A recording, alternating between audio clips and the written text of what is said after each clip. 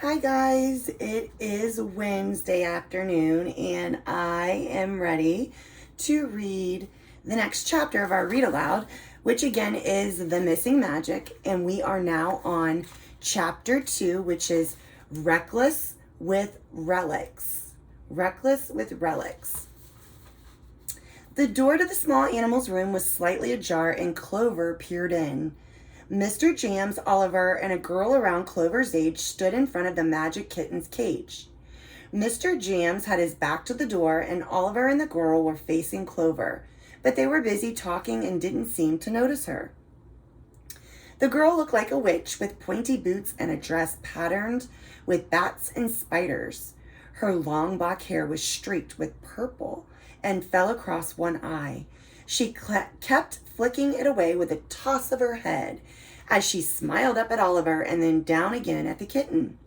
He was holding awkwardly in his arms. "Now, Oliver, describe the kitten to the young lady," said Mr. Jams. Clover felt a twinge of jealousy. Mr. Jams was teaching Oliver to do an adoption. Sure, Clover wanted Oliver to help out with the chores, but adoptions were different. They were her job. She was good at them. She didn't need help with these. This feline had a unique and rare magical ability.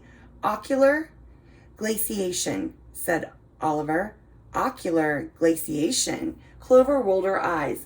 Why not just say the kitten shoots freeze rays? But the young witch seemed impressed. That's wicked.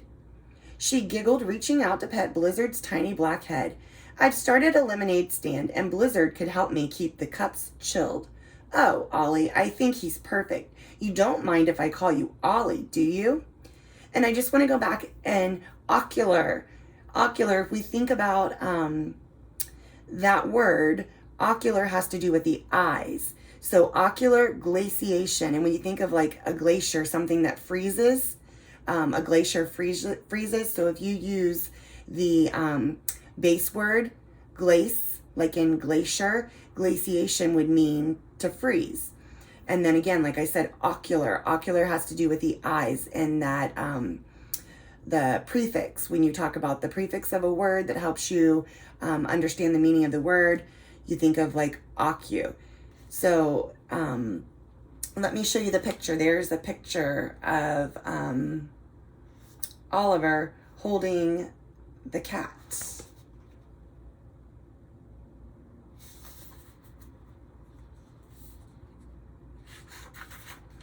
Oh, brother, Clover muttered under her breath. She didn't want to overhear any more of this adoption, but she didn't want to go back to polishing horns either, at least not until she got some help. Then she turned and saw the steps up to the tower, and she had an idea.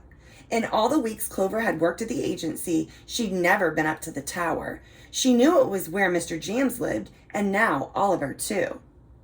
But there were no animals there, and everything for the animals' care was on the main floor, so she'd never needed to go up. Plus, Mr. Jams hadn't invited her, and it hadn't mattered. Now somehow it did. If Oliver was receiving deliveries at the agency, surely that meant he wasn't planning on leaving anytime soon. What was in the parcel? And when we think of the word parcel means something that comes in the mail, a package. She had to know, and so after shaking off as much of the stardust from her dress as she could, she didn't want to leave a glittery trail. She began tiptoeing up the tower steps. Behind her, she heard a meow. It was Dippity, glaring up at her from the bottom of the stairs, as though he knew just what she was about to do. Clover frowned. "Shoo," she told her kitten. But Dippity didn't listen. Dippity never listened. Instead, he sat there, his tail flicking. So Clover kept going, and she was pleased when Dippity joined her on the steps, padding alongside. The staircase spiraled around and around, at last ending in a circular landing with a rug and 3 doors. 2 of the doors were open. The rooms to Clover's right was a bathroom, with toothbrushes sticking out of an empty jam jar, towels on the floor, and an old toaster instead of a mirror propped up in front of the sink, one of its shiny sides facing out. The next was clearly Mr. James's room. It was a mess. Clover could see papers, books, and clothes spilled everywhere. The only form of organization seemed to be empty jam jars, which held everything from socks and ties to butter knives and buckles. There were even things stuffed under the bed, including something that glinted. Clover bent down and saw it was a knight's helmet. This was the second object related to knights she'd found in the agency. There was a sword in the front room, too. Why does Mr. James have a helmet? And a sword, wondered Clover aloud. Do you know? She asked Dippity. But her kitten was gone. He had moved on to the final room, and Clover did too, cautiously pushing its door open. And I want you to really picture this. Think about going into a room and you're not sure what's inside of it. So you're very slowly pushing that door open. And I want you to picture in your mind or predict what you think might be behind that door. The room was filled with books, too many for Oliver to have brought here himself. There were some books downstairs, but nothing like this. It must be Mr. Jam's private library, thought Clover. In between the shelves, there was just enough space for a desk and a cot. But he wasn't just sleeping there. He had practically moved in.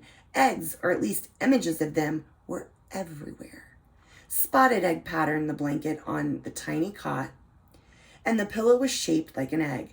Beside the cot was a desk with all the volumes of the Magical Animal Encyclopedia, a jar of wands, a pile of papers held down by an egg-shaped paperweight, and an inkwell that seemed to be made from an eggshell. Dippity jumped onto the desk and began to play with a feather that was bookmarking one of the encyclopedias, while Clover turned her attention to the box that had been delivered by Cedric. It was beside the desk and marked Special Delivery, Fragile. And we know that something that's fragile is something that can be broken easily.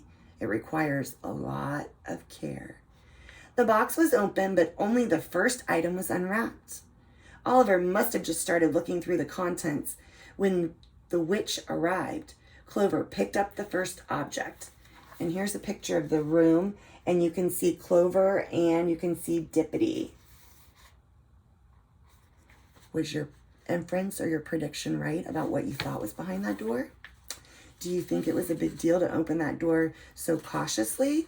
Or now do you think it could have just been opened like you were coming home from school and you're opening your front door?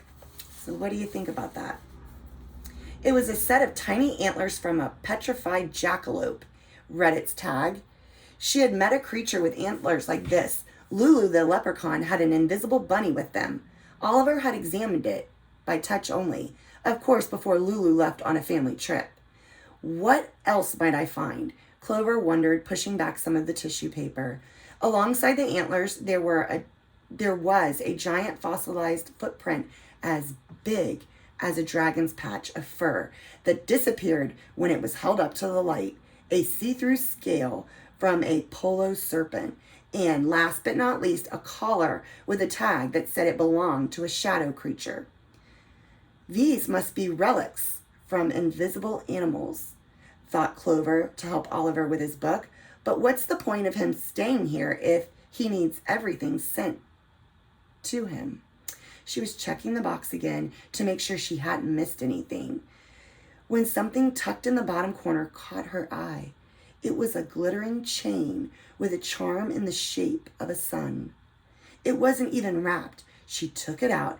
Usually, Clover didn't care much for jewelry, but the chain felt good between her fingers, smooth and cool, and the sun charm was very pretty, like a piece of honey-colored glass. So I can picture her holding that necklace. Think about a time that you've touched a piece of jewelry and you feel that shiny and that cold metal on your fingers. And then the sun charm, the author uses another simile to compare the charm that looks like a sun to a piece of honey-colored glass. So picture the color of honey. You see the bears that have the honey in it that you can buy at the store. that color. It's like that golden color. So they're comparing that to being the color of this actual charm that was a sun. Clover knew she should put it back, but she hesitated. Oliver probably wouldn't wear a necklace, especially one that wasn't egg-shaped. And it seemed like it was in the box by mistake. I'll just wear it for a moment, she thought. The chain was too small to go over her head, but there was a clasp and it was easy to undo. The charm was smooth and cool against her skin. She liked wearing it. I'll put it back last, she thought, and she began repacking the relics. And again, relics, when you think about relics, they're objects that represent something. Usually they're old things that are passed down, could be passed down from generation to generation. So I'm sure if you've had other family members in your family pass away, they may have left relics or things behind that are important, that symbolize or represent things.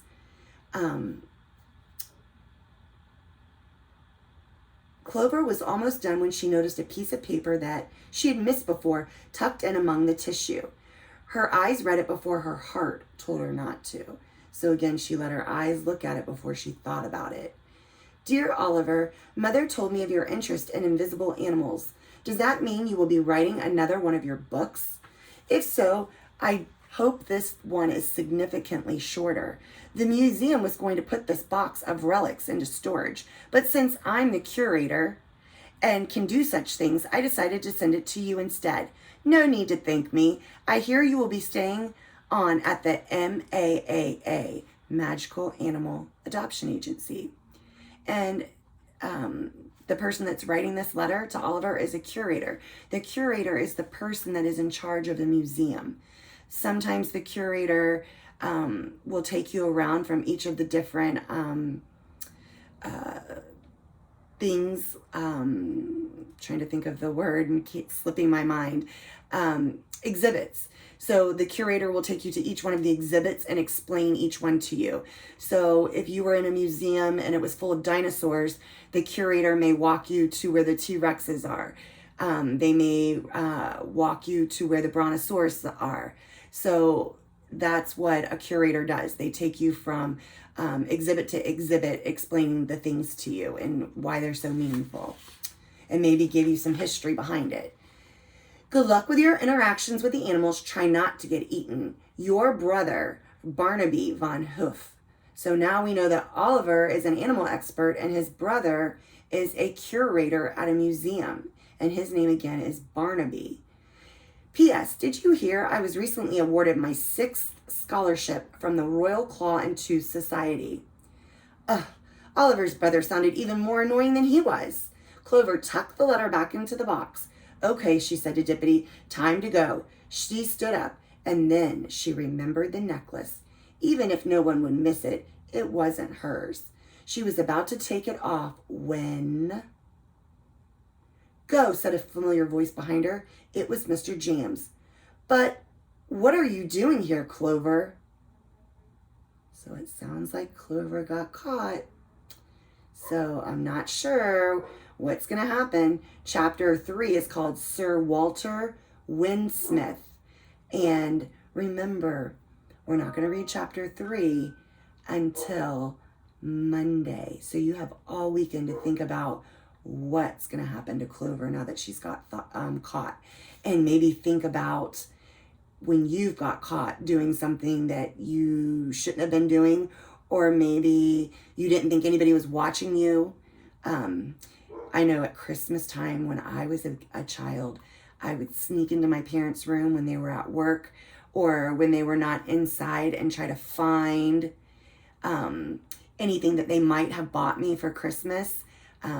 Because a lot of times your parents, they have to hide it in your room or in their room, until Christmas because they don't want you to see what they're buying you when you give them your list of things that you want. Maybe it's around your birthday and you snoop around the house trying to find something that you got for your birthday. So I know I do that when I know something special is coming up. I try to find out maybe what Mr. Carter might have got for me. So here, what started out as something really innocent, just Clover wandering around, she actually opened this box and found some items that sound like they were really important and special to Oliver. So with that, we are done with the read aloud for this week.